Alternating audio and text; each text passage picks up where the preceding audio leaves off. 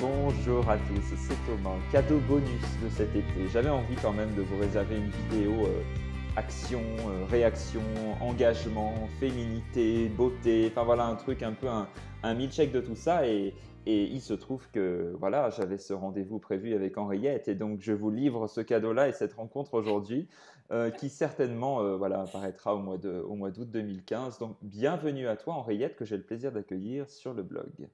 Salut Thomas, c'est un plaisir. Donc en direct de Montréal pour toi. Et- Donc Ouais, je, tout à fait. je suis très heureux, comme je te l'exprimais, de faire encore cette passerelle-là. Moi j'adore quand on quadrille comme ça les quatre coins du monde parce que ça me semble très important. Ça me semble très important et en tous les cas dans la posture que j'incarne. Donc vraiment bienvenue à toi Henriette aujourd'hui. Donc on est voilà de la même des générations, on fait quelque part le même métier entre guillemets avec des formes différentes bien évidemment, mais voilà, Mhm. on est dans cette énergie qui nous pousse à exprimer vraiment notre vraie splendeur, notre créativité, notre rayonnement. Et donc, c'est très intéressant que je puisse t'accueillir sur ce blog et proposer ce petit cadeau bonus parce que la saison voilà, des interviews était presque terminée pour moi pour cet été et j'ai dit, ah, Oui. ça va être chouette. Donc, bienvenue à toi Henriette et donc ton parcours, je lisais. euh, Avant que tu nous parles aujourd'hui de tout ce que tu mets en place et de la réelle beauté de ton travail, euh, tu es née au Congo, Ouais, c'est ça, tout tu es à fait. congolaise, et donc c'est vrai que ton parcours, hein, voilà, t'as un peu transporté d'un pays à un autre, et je sais que par expérience aussi des consultations, que ça peut être un processus assez dramatique dans la vie d'une personne, vraiment dans le contact avec ses racines, avec son origine, avec sa famille, parce que quel processus chez toi ça a été comme ça de naître dans un pays qui en plus n'était pas dans des conditions voilà, idéal. Et voilà, tu as été ensuite amené à vivre en Belgique et puis aujourd'hui tu te retrouves à Montréal. Donc, qu'est-ce qui s'est passé pour toi, Henriette, et qui fasse qu'aujourd'hui, quand on te voit, hein, tu es complètement rayonnante et complètement ancrée et connectée à ton intuition. Donc, ça veut dire que tu es passé par des phases de transformation importantes. Oui, et effectivement, des phases de transformation importantes. Écoute, le fait d'être né au Congo, comment dire ça? C'est marrant, c'est que petite, j'étais une personne. Ensuite, arrivée en Belgique, j'en suis devenue une autre. Et finalement, aujourd'hui, je dirais, c'est un petit peu comme si toutes ces personnes s'étaient tout simplement intégrées en une seule. Donc, il n'y a plus de... Je rejette plus rien. Il n'y a Mhm. plus rien qui n'a pas de valeur ou bien qui n'est pas important.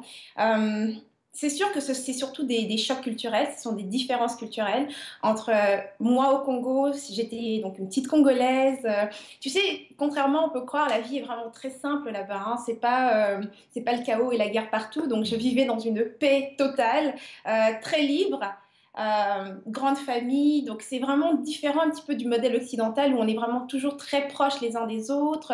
En tant qu'enfant, j'étais, comment dire, je dirais beaucoup aimée. J'avais le regard de plusieurs adultes sur moi. D'ailleurs, j'avais l'impression d'être en prison. J'avais pas de liberté. J'avais l'impression parce que trop de gens me surveillaient. Alors, quand tu arrives en Belgique, là, d'un seul coup, tu rentres dans ce modèle qui est plutôt famille cellulaire qu'on appelle, là où c'est juste les parents et puis personne d'autre. Donc ça a été un petit peu difficile et surtout aussi, c'est une autre façon de vivre d'un seul coup, où les gens sont beaucoup plus tournés sur eux, sur leur vie et aussi une espèce de... On est moins connecté à notre environnement. Tu vois, quand j'étais petite au Congo, c'était pas de la superstition, c'était juste qu'on était toujours bien conscient que la vie nous influençait, tu vois. Il y avait toujours un lien entre ce qui se passait, qu'on ne pouvait pas voir ou expliquer. D'ailleurs, il y avait beaucoup de peur aussi hein, liée à ça. Mais ça vient de la colonisation. On avait peur de nos propres croyances, mais tout ça était bien concret. Donc, on était conscient qu'il y avait quelque chose qu'on voyait, qui était devant nos yeux, mais on était aussi très, très conscient qu'il y avait des choses qu'on ne voyait pas et qui influençaient nos vies. Alors, quand tu arrives en Belgique, tout ça disparaît. Plus personne ne parle plus jamais de ça. Et au contraire, si jamais tu oses Oui. mentionner quelque chose dans ce sens, c'est que tu es juste un peu con, tu vois. Tu es une arriéré. C'est un manque d'intelligence que de croire que ce genre de choses puisse exister. Tu vois, on arrive dans un esprit plus rationnel. Oui, il y a l'église et tout ce que tu veux, mais l'église a l'air juste accessoire. C'est un truc en dehors de la société. Et puis, c'est genre, tu travailles, tu as tes amis, tu as la famille, et le dimanche, tu vas à l'église. Ce sont deux choses, c'est pas intégré. Hmm. Donc, il y avait ça. J'étais pas très bien en Belgique. J'étais vraiment plutôt genre assez déprimée comme fille. J'étais pas bien dans mon corps. Je ressemblais pas aux gens en Belgique, tu vois. Je veux dire, je n'étais pas formée de la même façon, donc beaucoup en lutte avec mon corps, en lutte avec moi-même. Enfin bref. À 20 ans, j'ai juste décidé que je m'en allais. Je vais ailleurs.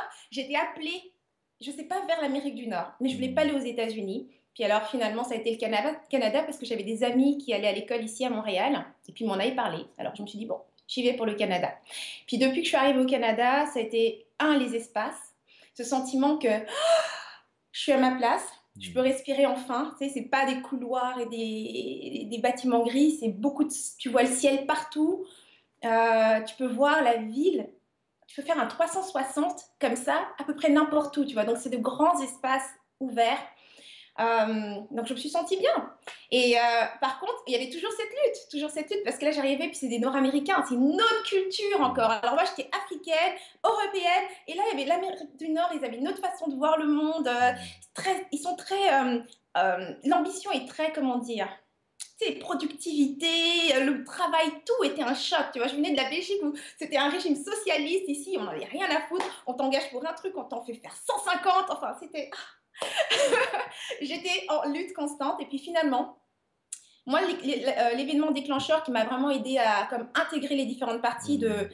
de mon être, de mon identité, ça a été le décès de ma mère. D'un seul D'accord. coup, après cet événement, c'est devenu juste évident. Je me suis juste réveillée et je me suis dit, mais pourquoi est-ce que je crée une misère pareille? C'était juste devenu évident que c'était moi qui étais en train de créer une vie insatisfaisante.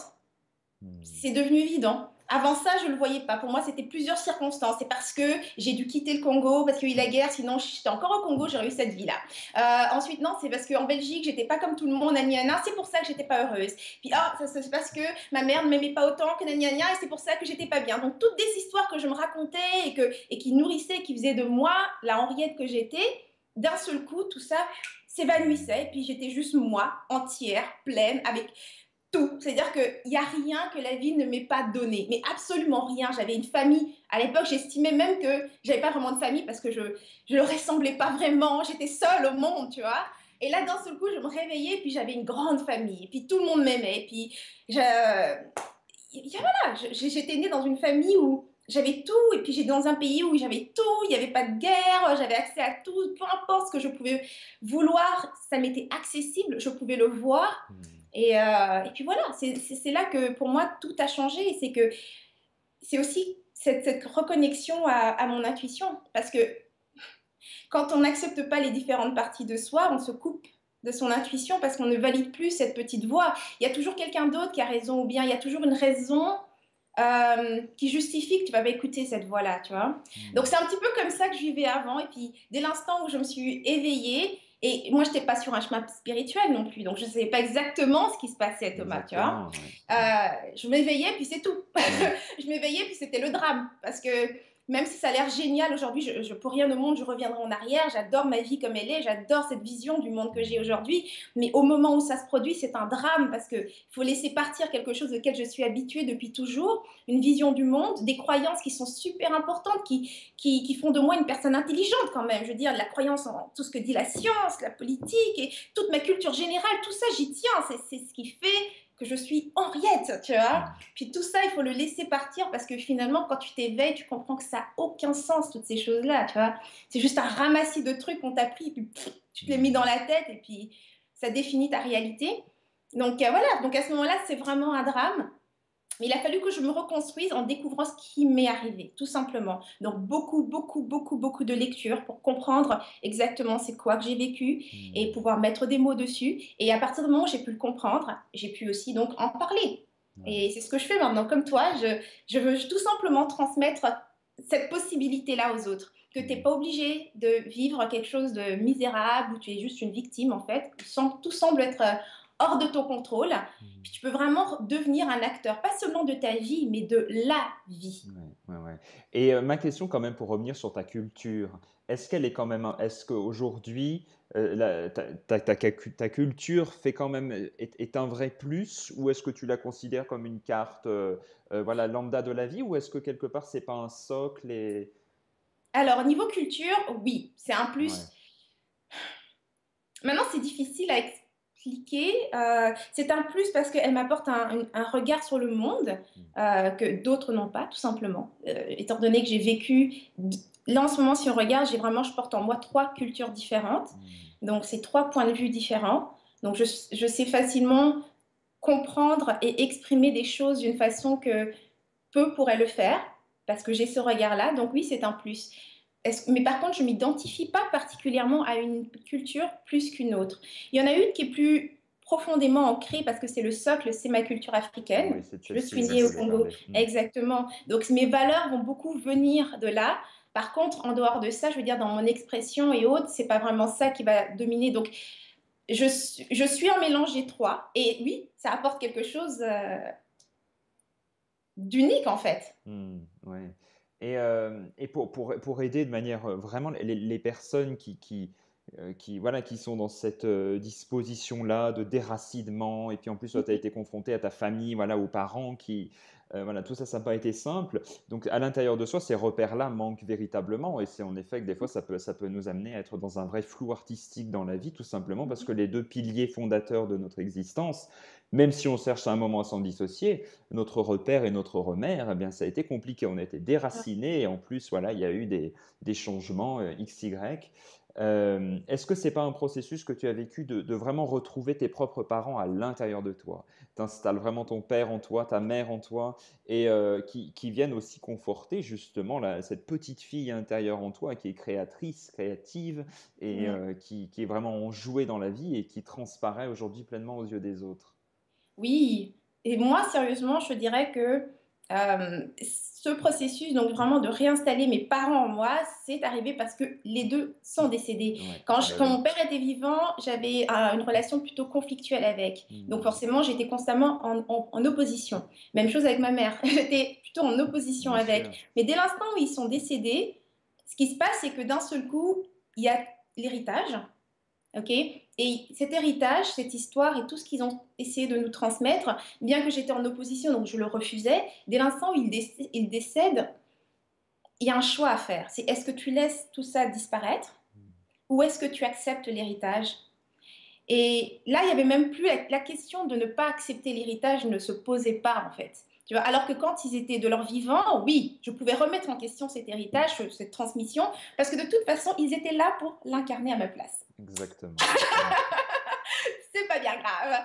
Mais là, ils le sont plus, tu vois. Donc, c'est vraiment ça, c'est la responsabilité, en fait, tu vois. Hmm. C'est dès l'instant où tu t'éveilles à toi, tu t'éveilles aussi à la notion de la responsabilité. Et donc, oui, à partir de ce moment-là, j'ai décidé que oui, c'est à moi et je le veux, oui, je l'accepte et totalement. Et à partir de ce moment-là, ça a vraiment réinstallé mon père et ma mère. Et ce qui est marrant, c'est que ma mère est décédée 10 années plus tard. Donc, mon père est mort il y a plus de 10 ans maintenant. Et quand il est décédé, c'était un petit peu flou pour moi. Tu sais, ça avait quelque chose de, ok, il est décédé, mais bon, il est peut-être encore vivant quelque part. Mais par contre, après le décès de ma mère, c'est devenu très concret. Et d'un seul coup, je me suis mise à voir mon père. Tu vois. Donc, il est vraiment devenu un guide à partir de cet instant. Donc, dès l'instant où je me suis éveillée et que j'ai accepté l'héritage que j'ai reçu, eh bien, il est devenu un guide d'un seul coup. Alors qu'il était complètement absent, là, je me suis mise à le voir. Ouais, ouais, ouais. Et c'est vrai que si l'on pose notre regard d'un point de vue de l'âme, de notre conscience, c'est pas un choix si inconscient que ça de t'être fait arriver dans un corps au Congo et au sein de cette constellation familiale particulière. Et donc c'est en ce sens qui me semble complètement écologique, et tu l'exprimes très bien, de vraiment un jour ou un autre de se reconnecter à ses racines, Ah oui, sans y prendre le côté dramatique de la chose. Et peu importe l'histoire, mais il y a un truc quand même dans le branchement à la prise de terre. Si ouais. ça ne se fait pas, si on se déconnecte complètement et si on coupe, il y a un processus qui ne nous fait pas complètement, en effet, devenir responsable de ce Ouais. choix-là, tout aussi inconscient qu'il soit, mais c'est quand même un choix de l'âme, quelque Ouais. part. Tu sais, il y a un truc dans mes lectures que j'avais remarqué et qui m'avait beaucoup frappé, c'était quand j'ai découvert les fameux chakras, tu vois. Mm. Et quand je regardais un petit peu justement comment on les présente et le rôle de chacun des chakras, c'est un petit peu comme si avant l'événement, donc l'éveil et dans le fait d'accepter la responsabilité de ma vie, c'est un petit peu comme si j'avais survolé mes chakras. Donc, j'étais pas entièrement enracinée au niveau du chakra racine, puisque au niveau de, de mon histoire familiale, je la rejetais Bien complètement. sûr. Mm. J'étais pas non plus au niveau du deuxième chakra, j'étais pas non plus totalement, comment dire, je m'étais pas totalement approprié la notion de désir, de plaisir et toutes ces choses. Donc, bref, j'avais survolé comme ça les différentes étapes de mon évolution sans jamais réellement m'ancrer dans rien du tout, tu vois. Et en lisant sur les chakras, c'est ça que j'ai trouvé vraiment cool, c'est que de un, ça venait vraiment, ça faisait du bien, et ça confortait vraiment de savoir que je n'étais pas la première à vivre ça, que c'est quelque chose qui est connu, c'est un processus qui existe depuis toujours. Mm. Par contre, ce qui me choquait, c'est qu'on ne nous apprenne pas ça à l'école, tu vois. Mais bon, bref, c'est un processus qui est connu depuis toujours. Et ce qui s'est passé, en fait, c'est qu'à partir de cet instant, je me suis mise, en fait, inconsciemment, c'est ça que je me suis mise à reconstruire, en fait. C'est Mm. revenir et vraiment solidifier mon premier chakra, passer au deuxième et ainsi de suite. Et c'est pour ça que je dirais que oui, franchement, c'est vraiment cool de lire sur ce sujet, en fait, tout ce qui est spiritualité et développement personnel, parce que tu comprends, en fait, que d'autres, avant toi, ont vécu les mêmes choses et qu'il n'y a rien, en fait, enfin, y a rien qu'on puisse vivre que d'autres n'aient vécu avant nous. Mm. Ouais, complètement, hein. Ouais. Et donc, alors te voilà à Montréal maintenant, Ouais. et donc voilà, tu as fait naître des projets tout à fait concrets et qui rassemblent notamment vraiment la créativité des femmes et tout ça. Alors, comment ça s'est ensuite installé tout ça chez toi? Parce que j'imagine, voilà, un processus de prise de conscience, de là à accompagner toute une communauté et à diffuser là-dessus. Qu'est-ce qui s'est passé aussi pour toi? Mais en fait, tu vois, ça s'est pas fait du jour au lendemain parce que tu te réveilles, ok, il y a tout le processus de, ok, je suis responsable de ma vie, mais je suis quand même la personne que je suis. C'est-à-dire, moi, j'étais plutôt quelqu'un qui prenait pas de responsabilité, Mm. euh, voilà, qui essayait d'avoir une vie assez facile, qui s'engageait pas vraiment, qui avait vraiment un sérieux problème avec tout ce qui était engagement. Puis du jour au lendemain, je m'éveille à ce que je suis. Et c'est en fait, je suis un petit peu, c'est ça qui est marrant, c'est que la personnalité que je m'étais construite était totalement à l'opposé de ce que j'étais réellement au niveau de mon âme et au niveau de mon être, en fait. Mm. J'étais totalement l'opposé de cette personne. Donc, il a fallu que je me reconstruise à partir de cette personnalité parce qu'il n'y a pas d'autre façon de commencer. Tu commences là où tu es. Donc, en Exactement. sachant que cette personnalité ne correspondait pas à ce que j'étais réellement, je devais quand même l'accepter parce que c'était avec elle Mm. que j'allais faire ce chemin, tu Ouais, vois. ça c'est très important. Et vraiment, on peut presque faire une pause pour intégrer Ouais, ça parce que c'est tout à fait ça. On part de là où on en est. Il n'y a pas ouais. de voilà, et c'est très bien. Et c'est voilà, encore une fois, c'est très bien. Donc merci d'insister là-dessus. C'est un vrai point de départ. Ouais. Ouais, ça commence là, tu vois. Mm. Et sans se juger, parce que tu es tellement conscient là Mm. maintenant de tout ce qui. Il faut être vraiment très en paix. Donc j'ai dû faire ce chemin. Mm. Et au début, d'abord, je me suis dit, bon, quand je me suis sentie un petit peu forte, j'ai lancé une première entreprise en décoration d'intérieur, parce que c'est ce que j'avais à ce moment-là. Et, mais bien sûr, c'était pas réellement ce que je voulais faire. Ce que je voulais faire, c'était transmettre ce que je venais d'apprendre. Mais je ne savais pas comment le faire. Je m'en sentais pas le droit, je m'en sentais pas le courage, je savais même pas par où commencer. Donc je me suis dit, on va prendre décoration d'intérieur, j'ai un diplôme là-dedans, je sais comment faire un plan, on va aller là-dedans. Mais ça marchait pas parce que j'avais une résistance totale à faire ce travail. C'est-à-dire rencontrer les gens et parler de leurs projets, c'était cool parce que ça, j'aime faire ça Mm. jusqu'à aujourd'hui. Mais dès l'instant, il s'agit d'exécuter ce Mm. projet en décoration, ça marchait pas, tu vois. C'était pénible, tout était lourd parce que c'était pas réellement ce que je voulais faire. Puis jusqu'au moment où, après avoir vécu ça à quelques reprises avec quelques clients, je me suis rendu compte que j'étais encore une fois en train de recréer ce que j'avais avant, c'est-à-dire je vivais une vie qui ne correspondait pas à ce que j'étais, tu vois. Et c'est là que tu comprends qu'il n'existe pas de mi-chemin, il n'y a pas de Oui. gris. C'est tu le fais ou tu le fais pas, tu vois. Alors, à partir de là, j'ai juste pris la décision que je le faisais, tu vois. C'était la seule façon d'avoir une vie qui a un sens à un moment, c'est juste de le décider. Ouais. Tu peux pas dire, ok, je vais faire ça juste un petit peu en attendant Et que non. ça marche pas. Ça ne fonctionne surtout ça ne fonctionne plus maintenant. Ça peut peut-être il y a 10, 15 ans de ça, mais en 2015, c'est certain que non. Ouais. Ouais. Non. tu le fais ou tu le fais pas. Alors Ouais, à partir de là, j'ai pris la décision que je le faisais et j'étais pas plus mmh, avancée, j'étais pas une autre Henriette. J'ai juste pris à partir de là où j'étais la décision que je le ouais, faisais. ouais. Et alors j'ai lancé un blog au début, j'ai juste commencé à partager justement ça et ça a rejoint quelques personnes comme ça tout de suite. Et j'ai continué à développer là-dessus, tu vois. Et du blog est venue l'idée de Rebelle Créative parce qu'en parlant avec plusieurs femmes dans la communauté, je voyais que plusieurs ressentaient ce que j'avais ressenti et cherchaient justement leur chemin. Donc j'avais écrit un e-book où je partage justement ce que moi j'ai appris pour les aider à trouver leur voie. Et après ça, j'ai créé un programme dans un premier temps, c'était un programme d'éveil. Et j'ai vu des femmes avec moi dans le programme, ça s'est super bien passé. J'ai vraiment réussi à les accompagner jusqu'à ce qu'elles s'éveillent elles-mêmes aussi à ce qu'elles sont. Et j'ai trouvé ça formidable. Je me dis, OK, donc c'est un processus que je peux répéter et réappliquer. Seulement, le truc, c'est que un éveil, quand on vient, si tu continues pas à le nourrir, Oui, tu reviens exactement là où tu étais, tu vois. Donc, tu as besoin d'un objectif. Tu as besoin d'une raison qui te maintienne sur ce chemin. Parce que c'est comme un espèce de fil tout fin, tu vois. Puis si tu vas à gauche, ah non, c'est plus là. Tu vas à droite, oh, c'est plus là. Tu dois rester là-dessus et ça demande de la discipline et une certaine rigueur. Et il faut que tu aies une raison de le faire. Et donc, c'est pour ça que Rebelle Créative s'est transformé en plateforme et que maintenant, c'est des capsules inspiration où je veux vraiment aider, amener les gens, en fait, à se reconnecter à ce qu'ils sont et à voir le potentiel et à voir la beauté et la totalité de ce qu'ils sont avant même de s'être engagés dans un chemin ouais. d'éveil ou de développement personnel. Mmh. Parce qu'une fois que tu as fait cette expérience, tu ne peux plus vouloir autre chose. Tu vois. Alors que si c'est quelque chose où on t'a amené de manière ponctuelle à cet endroit-là, voilà, on est ce qu'on est, même si c'est génial d'être là une fois, ben, c'est quand même plus facile de ne rien faire le lendemain. Mmh. On aime la facilité, c'est normal, on est tous comme ça. Donc, il faut vraiment qu'il y ait un objectif qui soit plus grand. Et c'est pour ça aussi que je parle beaucoup aussi de mon approche qui est de créer une entreprise, parce que moi, c'est un objectif qui, je trouve, mobilise bien Mmh. tout ce que j'ai comme talent, comme force, comme ressources. Parce on a l'objectif qui est abstrait, d'être heureux, d'être en paix.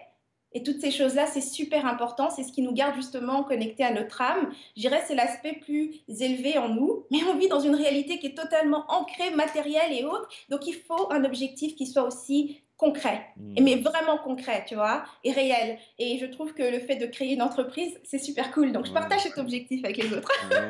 Et pourquoi le mot rebelle? Eh bien, tu sais, ça m'est venu en fait d'une de mes lectures. J'adore un auteur, enfin c'est même pas un auteur, c'est un maître spirituel, Osho, et c'est l'un des plus rebelles qui existent. Oui, dans son genre, oui, oui. Exact, dans son style là, il a été interdit dans tellement d'endroits et jamais sa définition du rebelle. Il a son livre qui s'appelle La liberté où il donnait justement toute la définition de ce que lui il appelait un rebelle. Et c'est cette idée justement de ne pas se révolter contre quelque chose parce que moi c'est jamais ce que j'ai envie de transmettre. C'est pas la Mmh. révolte ou quoi que ce soit parce que la révolte c'est encore être victime de quelque chose. C'est vraiment juste l'idée de se désintéresser de ce qu'il y a à l'extérieur pour se concentrer sur ce que toi tu veux, tout Mmh. simplement. Et tu le fais en exprimant justement ce qu'il y a de plus vrai en toi. C'est la meilleure façon d'exprimer cette idée, c'est d'exprimer tout simplement ce qu'il y a de plus vrai en toi, sans les attentes, sans la Mmh. morale, sans l'éducation, sans rien du tout, juste ce qui te semble vrai, tu vois. Puis créatif, parce que si tu mets juste la rébellion sans la création, tu es un peu trop dans l'aspect négatif de la rébellion, tu vois. Alors que si tu associes rebelle et créativité, là, maintenant, tu es en train de te rebeller pour créer quelque chose. Ouais. Et ça, tu es totalement dans l'aspect positif de la rébellion. Mmh. Et est-ce que tu fais une vraie différence aujourd'hui entre le monde de l'entreprise que tu nous parles et tout ce que tu développes, de la femme que tu es de tous les jours dans ta vie «privée» entre guillemets? Est-ce que pour toi le parallèle est évident? Est-ce que c'est très dissocié? Juste pour donner une piste, de lecture à celles et ceux qui vont nous regarder. Comment tu le vis toi, ce côté très concret et ce Mhm. côté de femme aussi, à côté de Mhm. ça? Non, c'est pas très dissocié. En fait, Ouais. je le vois vraiment plus comme un don. Tu vois, moi, toute l'idée avec Rebelle Créative, comme je dis, aider les autres à faire l'expérience d'un état, c'est d'être un modèle, en fait. Mmh. Tu vois, c'est le don de soi. Mmh. Donc, ça serait pas juste de vivre d'une certaine façon et ensuite de montrer ou d'exhiber une autre chose, tu vois. Je ne serais plus dans le don. Je serais en train Mmh. de garder quelque chose pour moi et donc ensuite d'afficher et de jouer quelque chose pour les Ouais. autres. Et c'est pas ça. Donc, il n'y a pas de distinction. Je suis la personne que l'on voit dans ce que je partage ce que je vis, parce que moi, je sais que les choses qui m'influencent, les écritures, les livres qui m'influencent, les auteurs, les maîtres et autres qui m'influencent, ce sont les personnes qui partagent ce qu'ils sont, tout Mmh. simplement, et non des dogmes ou des idées. Moi, les idéologies, ça ne m'approche pas beaucoup. J'essaye, en tout cas, je sais que je suis très attirée par une approche très pragmatique de la vie, Mmh. parce que le jour où je l'ai vue, j'en suis tombée profondément amoureuse. Donc, j'aime être en contact avec cette vie et parler de la vie telle qu'elle est, tu vois. Donc, et ça inclut vraiment de vivre dans cette Mmh. personnalité et de partager ce qu'elle fait. Alors, c'est pas parfait, y a rien qui est calculé d'avance, et c'est vraiment ça que je donne, et de toutes les façons. Et si on doit faire peut-être, qu'est-ce qui aurait de différent entre non, même pas. Tu sais, mon slogan, ouais, c'est ça, mon slogan ou mon objectif, c'est toujours créer la vie que tu veux vraiment. Non seulement je le fais par rapport à mon entreprise, mais aussi par rapport à ma vie privée. C'est aussi ce qui me guide, tu vois. Je Mmh. réfléchis toujours à ça. Je me dis, créer la vie que tu veux vraiment, ça veut dire quoi? Ça veut dire quel type de relation est-ce que je veux avoir dans ma vie? Comment est-ce que je veux me nourrir? Quel type d'exercice, quel type de sport, quel type d'activité j'ai envie de faire? Que j'aimerais un jour, qu'est-ce que j'ai envie de là Mmh. maintenant, tu vois. Puis c'est ça que je vais faire exactement.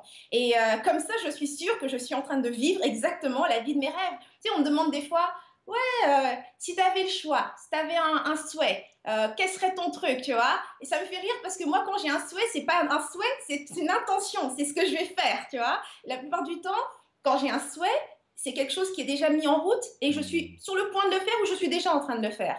Donc, j'ai peu de. Bien évidemment, j'ai des désirs, hein, ça c'est sûr. Mmh. C'est ce qui me fait avancer. Mais je suis toujours en train de vivre le début du désir. C'est-à-dire que c'est jamais quelque chose qu'un jour je vais atteindre. Je suis Mmh. déjà sur le chemin, tu vois. Le désir en soi, c'est juste une version toujours plus grande de ce que j'ai déjà maintenant. Mmh. Donc, non, il n'y a pas de différence. Donc si tu te projetais comme ça, parce que c'est quelque chose qu'on a l'habitude de faire dans ton tableau de co-création intérieure, si tu te projetais comme ça dans 10, 15, 20 ans avec ce monde qui est en plein changement, tout ça, comment tu te sens? Comment tu te palpes?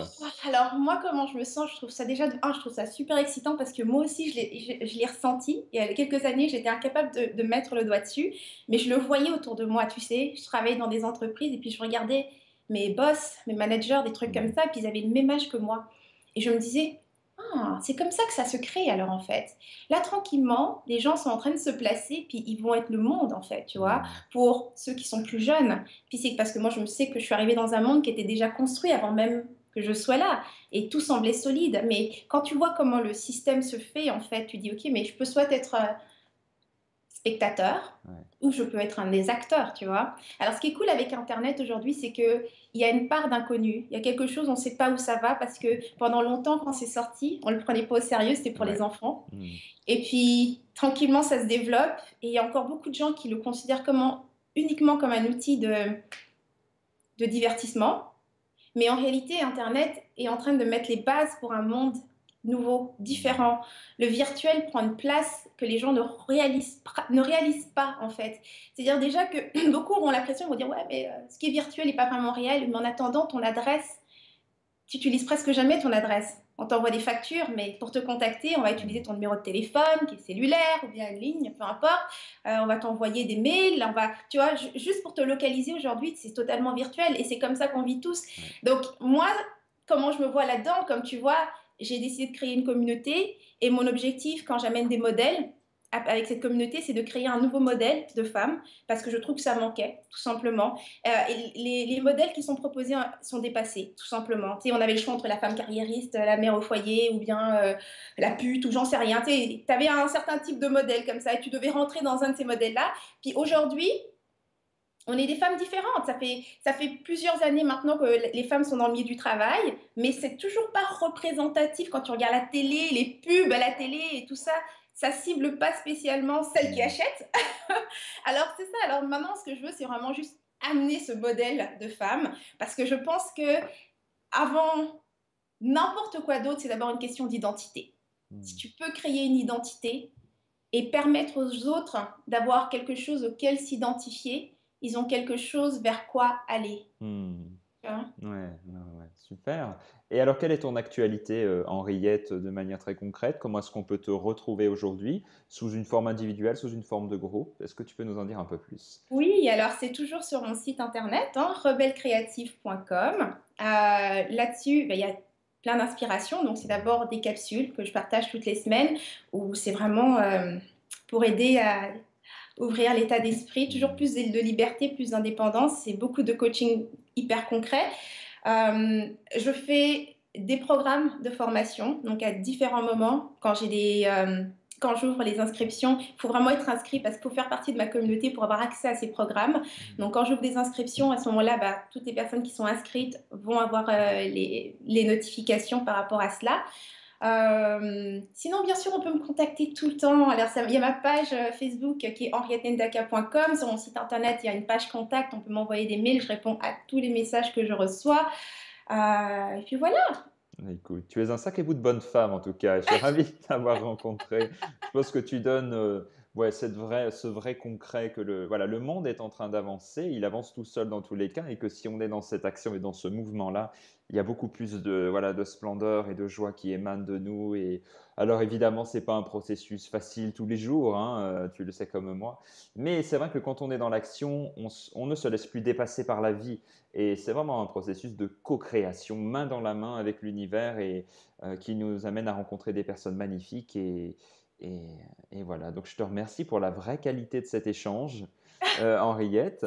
Merci à toi, Et Thomas. puis voilà, je sais que cette passerelle que l'on a tissée entre Lyon et Montréal est importante à un certain niveau et qu'elle va semer plein de graines. Et comme je disais dans mes dernières lettres d'information, il n'y a pas de petites graines semées comme ça sans importance en ce moment. Tout est absolument important et aujourd'hui on a fait quelque chose d'important parce que déjà ça nous a fait du bien déjà à nous et ça a nourri plein de belles choses. Donc voilà, bah, c'est ce qu'on souhaitait vous partager, chers lecteurs. Voilà, pour cet été, on va faire un petit break avec les rencontres parce que, voilà, encore une fois, il y a besoin d'une petite pause pour faire nourrir autre chose. Et Henriette vient vraiment clôturer cette saison, vous amener dans un mois d'août qui peut-être faire germer en vous voilà, des projets, vous reconnecter à vos aspirations les plus profondes. En tous les cas, moi, c'est mon souhait le plus cher, vous reconnecter vraiment à votre essence splendide et merveilleuse. Donc on vous embrasse, chers lecteurs, on vous souhaite un très bon été et on vous dit à très bientôt à la rentrée. Au revoir et merci encore Henriette. Merci à toi. Au revoir, À bientôt. merci.